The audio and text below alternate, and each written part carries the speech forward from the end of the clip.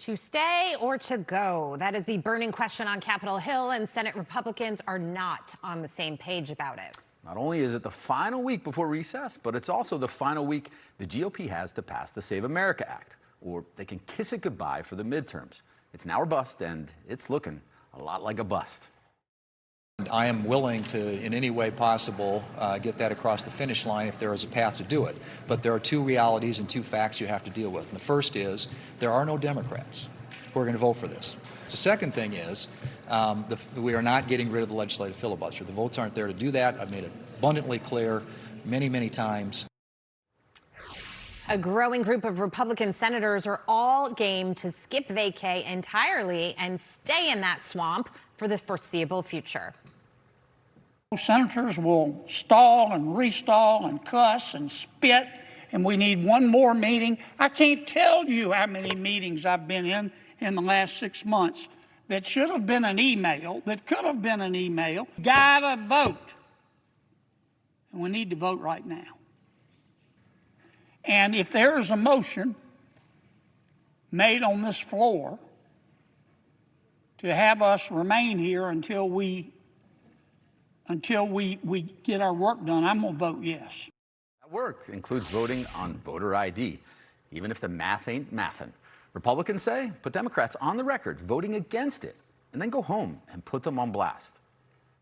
I'm very willing to stay till hell freezes over and think that we should put the Democrats on the record and vote for them one at a time. Have them vote on voter ID, have them vote on proof of citizenship, have them vote on the mail-in ballot issue. Get them on record. That way when they go home over August, their own constituents can beat the heck out of them. Again, 80–90% of Americans want voter ID.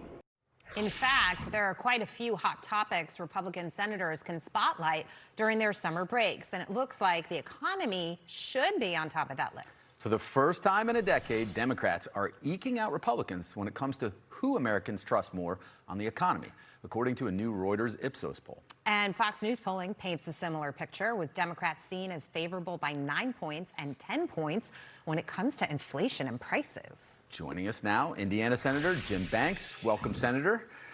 Listen, you heard the soundbite from last night. We had Senator Marshall on. There's a growing contingent that are ready to stay until hell freezes over. I got to confess, I read through the procedural rules on what you need to do to keep everyone in town and really move this to a vote on Save America. I'm confused.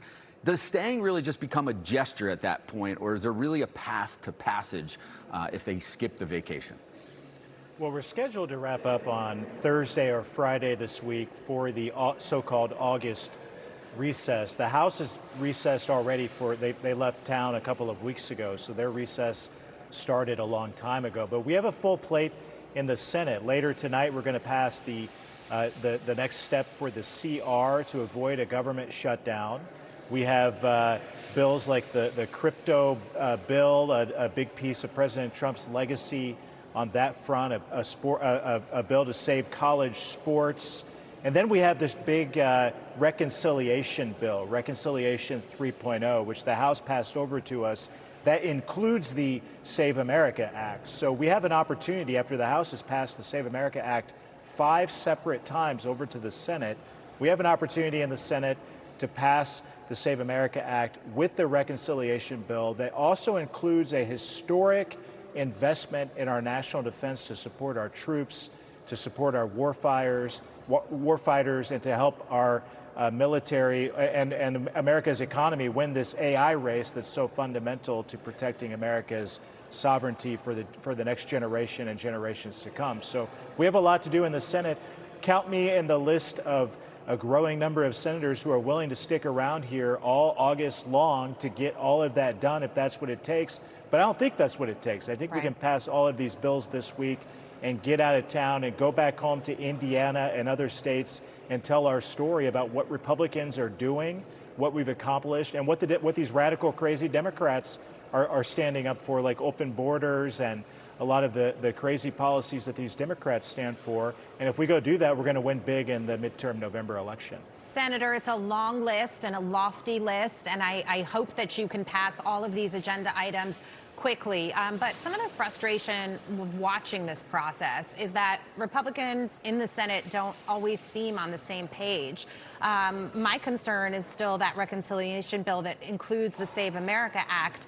Are there enough votes to be able to get that through the finish line? Or, like we heard last night from Senator Marshall, is it really just about trying to get people on the record so that you know who the yeses and the nos were, and that they have to answer for that later?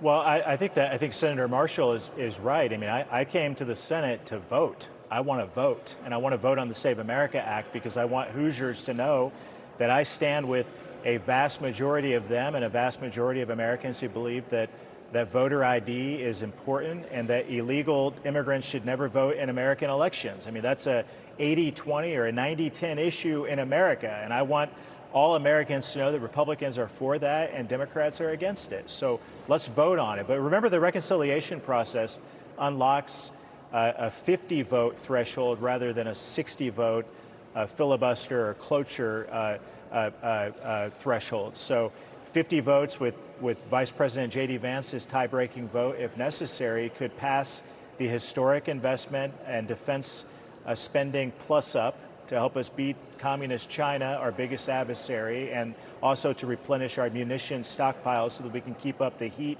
and the pressure on the Iranians to make sure that they never get a nuclear weapon. And then at the same time, a voter ID bill. That's a big part of this reconciliation bill that the House passed over. It only takes 50 votes, so you could lose 3 Republicans who don't want to vote for that for whatever reason. It makes no sense to me.